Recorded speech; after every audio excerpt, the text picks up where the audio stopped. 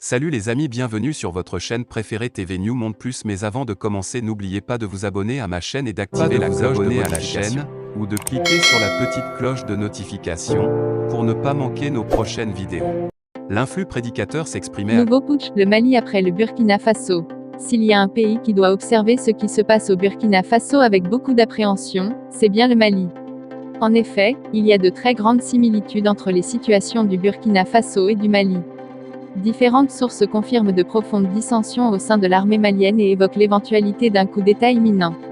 Enquête. Lorsqu'on observe de près, les conditions qui ont poussé le capitaine Ibrahim Traoré et ses copains à intervenir pour chasser le lieutenant-colonel Damiba du pouvoir sont aujourd'hui réunies au Mali. En effet, dans leur première déclaration, les putschistes qui ont renversé Damiba expliquent leur action par le fait que le lieutenant-colonel poursuivait un agenda politique, en reléguant au second plan la lutte contre le terrorisme qui avait justifié le renversement de Roch Kaboré. L'agenda politique caché dont parlent les nouveaux maîtres de Ouaga, c'est la réhabilitation de Blaise Compaoré. Selon mes informations, la grogne enfle dans les casernes au Mali, et particulièrement dans les rangs des unités combattantes sur tous les fronts, pour les mêmes raisons qu'au Burkina Faso. L'agenda politique de Goïta critiqué. L'agenda politique du chef de la junte malienne ne semble pas faire l'unanimité auprès de la troupe. Un capitaine des forces spéciales maliennes, actuellement sur le front, qui m'a parlé sous anonymat à travers le réseau social sécurisé Telegram, affirme que les troupes reprochent particulièrement au président de la transition le fait que la priorité est aujourd'hui accordée à la propagande autour du mot souveraineté, au détriment de la lutte contre le terrorisme, de plus en plus négligé. Très remonté, un commandant de l'armée de terre, lui aussi sur un des fronts au centre du Mali est plus explicite, des activistes, vidéomans et tous ces panafricains étrangers reçus au palais sont grassement payés, au moment où nos salaires n'ont jamais été augmentés et nos primes sont toujours en retard, sans compter que nos hommes ont droit à une alimentation basique. Le jeune capitaine s'interroge sur l'agenda réel du président Goïta qui distribue à grande pompe des forages à Bamako comme un politicien en campagne, alors que dans nos différents casernements au centre ou au nord, nous sommes réduits à consommer une eau sale et impropre, même pour les animaux. Un officier à Diabali, une bourgade non loin de Niono, dans le centre du Mali, estime pour sa part que l'objectif n'a jamais été de rompre avec la planète entière. Nous sommes en palabre avec la France, tous les pays de l'Union européenne et, pire, nous avons transformé en ennemis la Côte d'Ivoire, le Sénégal et le Niger, des pays avec lesquels nous avons des liens multiséculaires.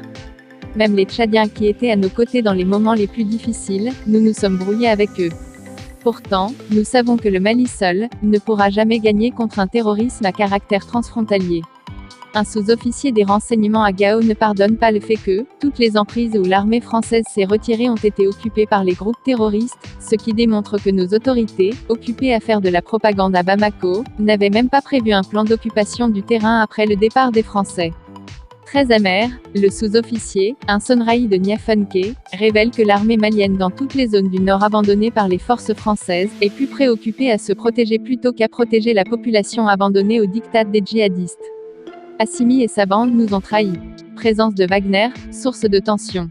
Un autre militaire malien, un sergent-chef en poste dans la zone du Sahel occidental fulmine, avec 6 500 000 FCFA par mois, un soldat de Wagner touche le salaire de plus de 100 militaires maliens. Puis de conclure, désabusé, si tous ces milliards qu'on gaspille sur Wagner, sans aucun résultat sur le terrain, avaient été investis sur notre propre armée pour acquérir des équipements et recruter plus d'hommes, nous aurions déjà obtenu des résultats palpables.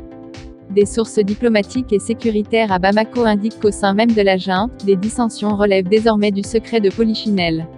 Il y a deux camps qui s'observent et se surveillent dans le groupe des 5 colonels qui ont renversé IBK, affirme une source diplomatique au Mali généralement très informée.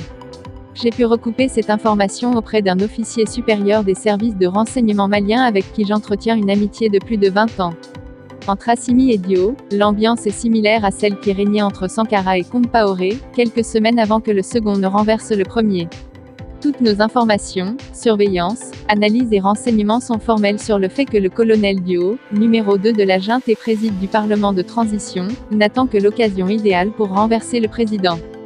Dans l'entourage du colonel Goïta, l'on se veut rassurant, la DGSE Direction Générale de la Sécurité d'État nous a régulièrement alertés et nous avons pris toutes les précautions. Tous les mouvements de Dio sont surveillés et nous avons fait de sorte qu'il se sache surveiller, pour éviter qu'il ne commette une erreur qui lui serait fatale, m'a déclaré un des hommes en charge de la sécurité du chef de la junte malienne. Si les hommes sur le terrain se plaignent de leurs conditions de vie et de travail, la dissension au sein de la junte malienne porte plus sur les choix stratégiques. Si Assimi Goïta et le colonel Sadio Camara, ministre de la Défense, sont notoirement favorables à la Russie, les colonels Dio et Vagué, ministres de la Réconciliation nationale, ne partagent pas le rapprochement avec la Russie, au détriment de la France. Un responsable politique malien soutien de la junte explique que, sans pour autant être particulièrement amis avec les Français, ces deux membres de la junte ont toujours été pour une approche plus intelligente que celle de la rupture brutale avec la France. Par ailleurs, le chef de parti révèle que Dio et Vagué étaient favorables à une coopération officielle avec l'État russe plutôt qu'à travers le truchement des mercenaires de Wagner. Les observateurs auront remarqué que les deux officiers supérieurs ne se sont jamais associés à aucune des activités hostiles à la France régulièrement organisées au Mali et n'ont jamais tenu le moindre propos anti-français. Rappelons qu'il y a quelques semaines, des hommes de rang avaient publié sur les réseaux sociaux, à visage découvert, une vidéo dans laquelle ils montraient leurs misérables conditions de vie dans ce qui leur sert de casernement à Massina, dans le centre du pays. Cette vidéo n'était que la face cachée de l'iceberg d'un mécontentement et d'une grogne qui enfle au sein de l'armée malienne. Révolté de voir l'armée malienne réduite à un rôle d'observateur dans les combats qui opposent actuellement différents groupes djihadistes et les mouvements sécessionnistes touaregs pour le contrôle du nord du Mali, les officiers et sous-officiers qui m'ont contacté ont été unanimes sur un point: la question n'est plus de savoir si nous allons renverser Assimi, mais plutôt de savoir qui va prendre la tête du mouvement et quand nous allons passer à l'action. C'est devenu une question de survie, pour chacun de nous pris individuellement, mais également pour le Mali en tant que peuple et nation. Toutes nos tentatives pour faire réagir la direction de l'information et des relations publiques des armées DIRPA sont restées vaines.